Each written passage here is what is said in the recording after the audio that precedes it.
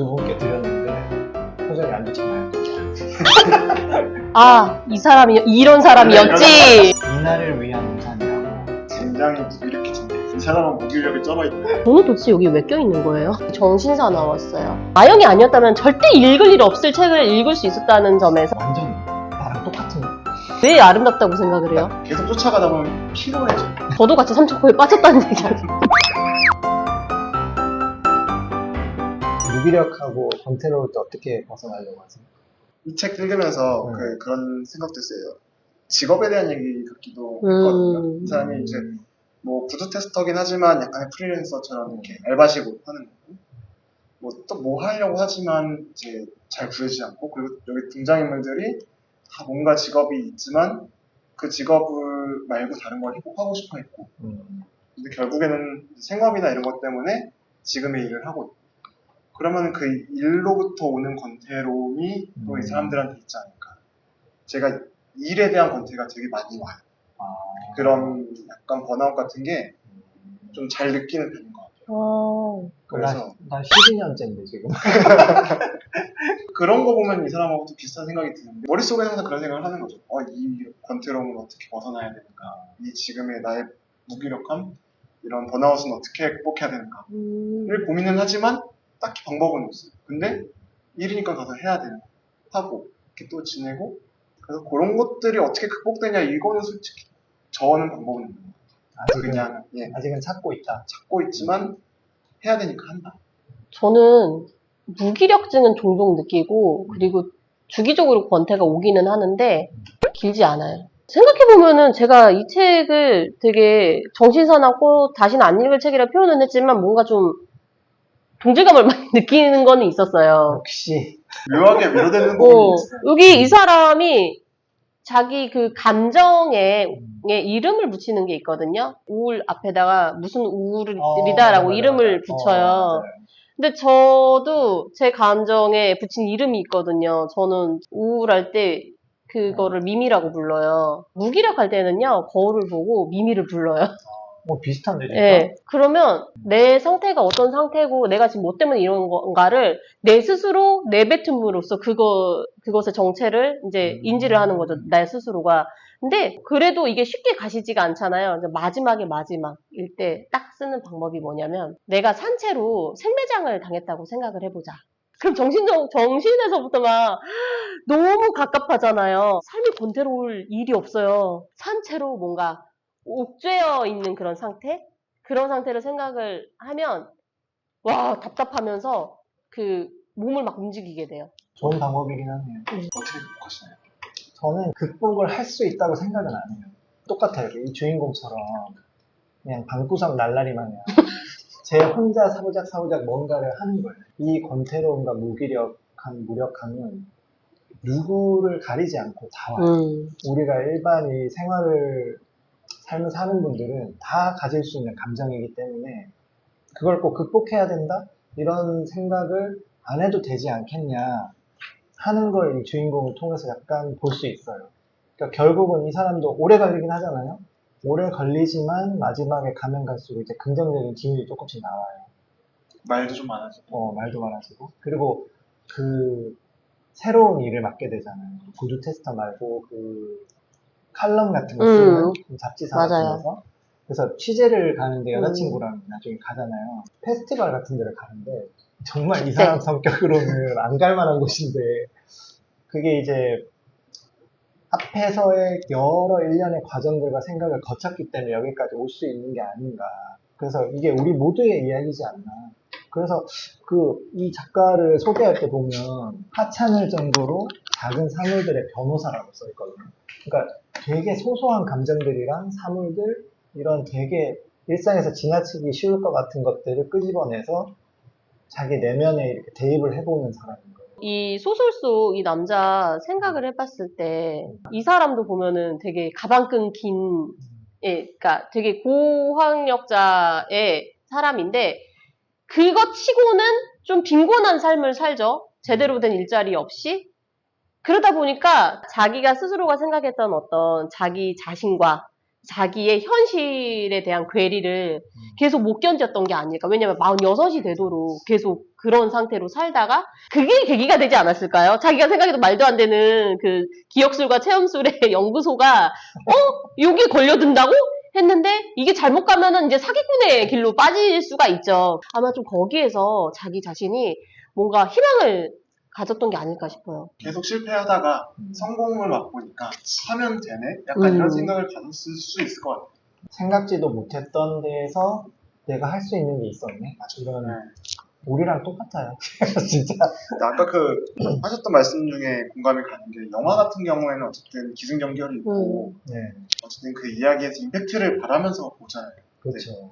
사실 이 소설이 더 우리 같다고 생각하는 거는 이 우리의 어떤 딱 삶의 요 부분을 딱 드러내면 딱 그냥 이 얘기가 되지 않을까 생각이 이게 들더라고요. 내 며칠을. 네, 그냥 딱 잘라내면. 그러니까 임팩트 있는 사건만 골라내서 만들면 이제 영화나 드라마가 되는 거겠지만 그렇죠, 그렇죠. 이것처럼 그냥 언제부터 언제까지 그냥 드러내서 글로 쓰면 약간 이런 얘기가 되지 않을까 싶기는 해요. 수많은 사건들이 있지만, 임팩트 있는 사건들이 있지만, 그 임팩트 있는 사건들은 사실 우리 전체 인생에서 봤을 그쵸. 때 되게 작은 그쵸. 부분이고, 짧은 기간인데, 우리가 그걸 잊고 있고. 사실 이게 되게 평범한 시간이잖아요. 평범한 시간들을 그쵸. 우리는 살고 있는데 우리가 기억하고 바라는 건 이제 강렬한 그렇죠. 임팩트, 도파민 막 이런 거를 바라고 하니까 사실 삶은 이렇게 조용하고 차분하고 사소한 게 아닐까.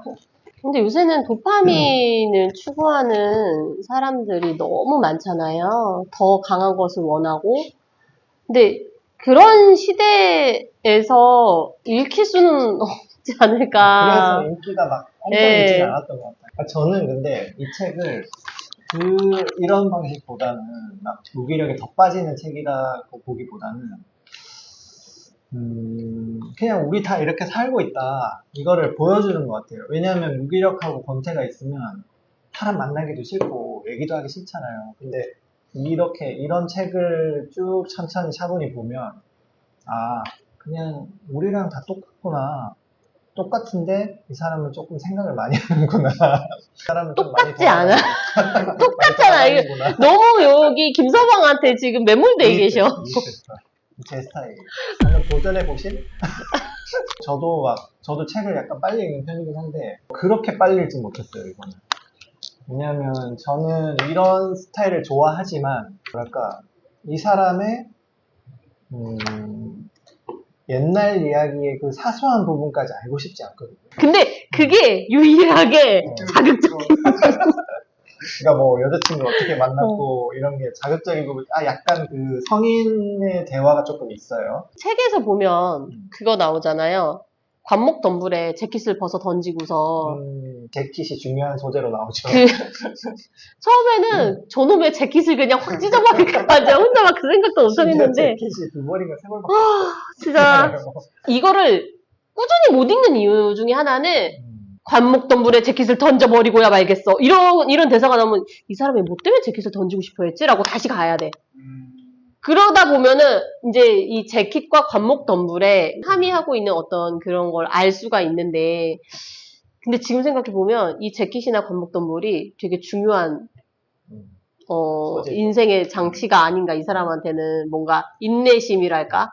이 사람은 맞아요. 계속 돌아다니는데 나무처럼 그냥 그 자리에서 온전히 버텨내고 그저 묵묵하게 견뎌내는 그 힘을 좀 갈망한 게 아니었을까 맞아요.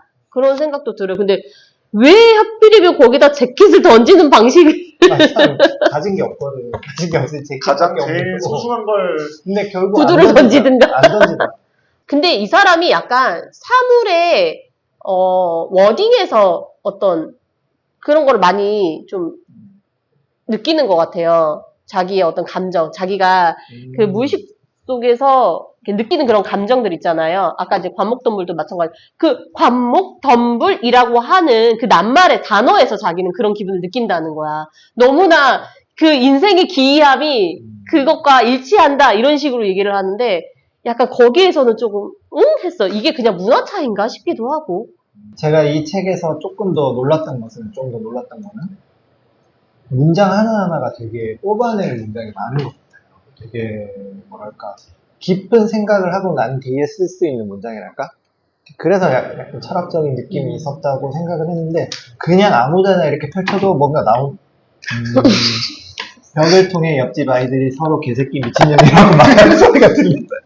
이건 아니고요. 그러니까 약간 삶에 대한 고찰 이런 것들이 나오는데 문장 혹시 뭐 괜찮았던 거 있으실까요? 저 몇 개 있었어요. 초반에 제가 말씀을 드렸지만 내가 내 내면의 동의 없이 이 세상에 존재하고 있다는 느낌이라고 이제 17페이지에 있고 그 뒤에도 계속 반복적으로 나오는 문장이 있어요. 이 문장만 봤을 때 이게 어떤 느낌일까 생각하는 거랑 이 작품을 쭉 읽으면서 이 김서방이 생각하는 어떤 느낌인지를 추적하는 것도 뭐 좀 재미있을 것 같기는 해요. 93페이지에 불행은 지루하다. 지루하다? 근데 딱히 지루하다라는 말 자체가 뭐 긍정적인 것도 아니지만 그렇다고 딱히 부정적인 것도 아닌데 불행을 만남으로써 얘도 같이 부정적으로 되어버린 그런 느낌이랄까? 약간 그런 느낌이 있네. 불행은 지루하다 이 말 자체가 불행이 왔는데 불행이랑 막 너무 힘들어 이게 아니고 진짜 작은 불행 거는. 왔어? 근데 넌 좀 지루해. 너무 아, 자주 놀리는. 약간 같이 살아가는 느낌이야 이게 약간. 제가 마지막으로 이제 그 체크를 한 문장인데요. 나의 행복은 바로 아무도 나를 비난하지 않는다는 것임을 깨닫는다.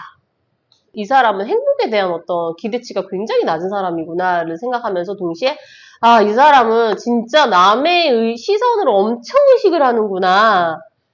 그런 생각을 한 것 같아요. 비난받는 게 되게 불행하다고 생각했으니까 전 여자친구 리자한테도 전화 못하고 계속 피하고 막 그랬었잖아요. 그러니까 귀찮은 거지. 그러니까 더 하기 싫은 거예요. 전화도 그렇고 비난도 마찬가지인데 그걸 받았을 때 내가 반응을 하면 거기서 더 나아가서 또 저쪽이 반응할 거 아니에요? 나도 또 반응을 하고 그게 싫은 거예요. 그냥 사람한테 상처받는 걸 되게 싫어하는 음. 저는 이 책에서 어떤 문장이 인상 깊었냐면 이런 얘기가 있어요. 한 사람을 어느 정도 이해했다 싶어지면 늘 그 전에 알던 다른 사람에 대한 기억을 떠올릴 수밖에 없다는 것이 얼마나 비참한 일인지에 대해 이야기할 것이다. 그러니까 이 사람을 떠올릴 때 결국에는 다른 사람을 떠올릴 수밖에 없다라는 그게 사람을 어떻게 기억해야 되는지 어떻게 기억할 건지에 대한 생각을 한 번쯤 해보게 하는 것 같아요. 내가 어떤 A라는 사람을 기억을 했을 때 아까 책에서 신체의 부위로 기억을 하기도 하지만 내가 이 사람이랑 어떤 이야기를 했고 이 사람을 얼마나 이해했는지는 내가 그 전에 그 사람을 얼마나 이해했는지를 또 말하게 되는. 저는 이거 이제 해설해 주신 분이 계신데 책 맨 뒤에 이분이 이제 요약을 해주는 게 이게 또 마음에 들어요. 저는 제목을 어느 도시 방랑자의 이야기라고 해주셨는데 이날을 위한 우산은 삶의 소소함과 기이함에 관한 책이다. 삶이 견디기 힘든 고통이라는 인식은 주인공의 삶 전반을 지배한다. 그래서 아까 말씀하신 내면의 동의 없이 이 세상에 존재하고 있다. 그런 느낌을 갖고 위축된 삶을 살아갈 수밖에 없는 주인공 혹은 반영웅은 끊임없이 우울을 앓고 죽음과 대면한다. 근데 중요한 거는 그러나 주인공은 결코 죽음에 손을 내미는 염세적인 인물이 아니다. 이 소설 전반에 대한 느낌인 거예요. 점수를 한번 줘볼까요, 재미로? 저는 뭐 10점 만점에 한 9점 드릴 수 있어요. 읽기가 쉽진 않아요. 읽기 쉽고 재밌다 이런 기준이 아니고 책이 주는 뭐랄까 마음에 울림. 든다. 네, 마음에 들고 울림이나. 울림이 있고 책이 존재감이 있는 책이다. 책이 너무 안 읽혀요. 너무 읽기가 힘들어. 근데 그거 하나만 봤을 때는 진짜 전 점수 정말 주고 싶지 않거든요. 그렇지만 다 읽고 나서 남기는 게 되게 많아요. 읽고 나서 되게 기발했다. 이 화자가 계속 뭔가를 관찰을 하고 자기 스스로까지도 관찰을 하고 그리고 다른 타인을 또 꾸준히 관찰을 하면서 그 전체를 구경하고 있는 독자. 이거 자체가 어떻게 보면은 그냥 다 우리 얘기인 거잖아요. 우리는 다 1인칭의 삶을 사는 개인이기 때문에 얘기할 수 있는 얘기거리가 되게 이제 풍부하다라는 거. 그러니까 얘기거리는 많은데 읽기는 쉽지 않은. 제 입장에서는 점수 6.5점 주고 싶습니다. 저라면 그래도 7.5 정도. 안전하게 가시는구나. 인간으로 분명히 이 책 안의 주인공이 누군가는 되게 닮았을 거란 말이에요. 닮은 부분이 있었을 거예요. 이 부분에서 나를 닮고 또 어떤 부분에서 누군가를 닮았을 텐데 그 부분에 대해서 같이 얘기하기가 되게 좋은 책이고 그렇게 곱씹다 보면은 점점 더 좋아지는 것 같아요. 이 책이 읽기는 힘들긴 한데 쉽지 않아요. 쉽지 않은데 아까 말씀하신 그 가독성의 면에 있어서 좀 떨어지긴 한데 그 말은 반대로 생각해보면 우리가 너무 가독성 있는 책들만 읽지 않았나. 종이로 된 책 말고 대체제가 너무 많기 때문에 여기까지 언제 올라오게, 언제 읽냐 싶겠지만 도전해 볼 만한 책이라고 생각합니다. 어쨌거나 읽고 나서 성취감은 느꼈어요. 근데 한 번 정도는 더 읽어볼 만한 책인 건 같아요. 왜냐면 언제 진짜 한번 생각날 것 같잖아요. 예, 언젠가 한 번은 좀 그래 이런 기분이 있었어라고 언젠가 내가 잊고 있었던 기분을 조우하면 생각날 것도 같아요. 그래서 한 번 정도는 더 읽어볼 수 있지 않을까 하는 생각. 아, 그리고 또 다른 그 메리트가 있습니다. 이 책을 읽으시면. 사람들이 잘 안 읽는 책을 읽을 수 있어요. 다음 책은 제가 고르지 않겠습니다. 다음 책은 아마 백수님이 골라오실 텐데. 내가 읽었을까 저 책을? 노랑 책이야. 뭐지? 아, 내가 아까 제가 일에 대해서 감정을 많이 느낀다 어제 네. 그런 걸 느낀다. 그러면 이제 모든 일하는 사람들이 느껴봤을 만한 감정. 그 책 음. 제목이 내가 이런 데서 일할 사람이 아닌데 이 책 보자마자 그냥 제목 보고 샀어요. 딱 너무 마음에 들어가지고. 잘 지었다, 진짜. 네, 그래서 이 책을 갖고 한번 얘기해보면 알겠습니다. 비슷한 주제로 얘기할 수 있지 않을까. 그래서 골라봤습니다. 헤어나올 수 없는 늪에서 빠져나와서 약간 밝은 느낌인데. 노랑노랑 하잖아요, 일단. 단편이라서 빨리빨리 이렇게 짧게 끊어칠 수 있는. 제가 요새 곁길로 새느라고 사실 소설을 안 읽은 지 몇 년 됐잖아요. 사실 책을 읽으려고 생각을 하면 이게 지금 마음이 딴 데로 가 있기 때문에 내가 지금 약간 이런 마음, 내가 지금 이거 읽고 있을 때가 아닌데 이런 생각은 있어요. 그래도 아닙니다. 그래도 이 계기를 통해서 그래도 제가 약간 좀 곁길로 새고 있었지만 좀 다시 정길로 와서 좀 책을 읽게 되는 계기가 되니까 저는 이거 되게 감사하게 생각하고 있어요. 제가 되게 급박하게 유튜브 다시 하시죠 했는데 두 분 다 이렇게 흔쾌히 나와주셔가지고 감사드립니다. 다음에는 백수님이 골라주신 이 책. 아, 내가 이런 데서 일할 사람이 아닌데. 다음 시간에 뵙겠습니다. 감사합니다, 여러분.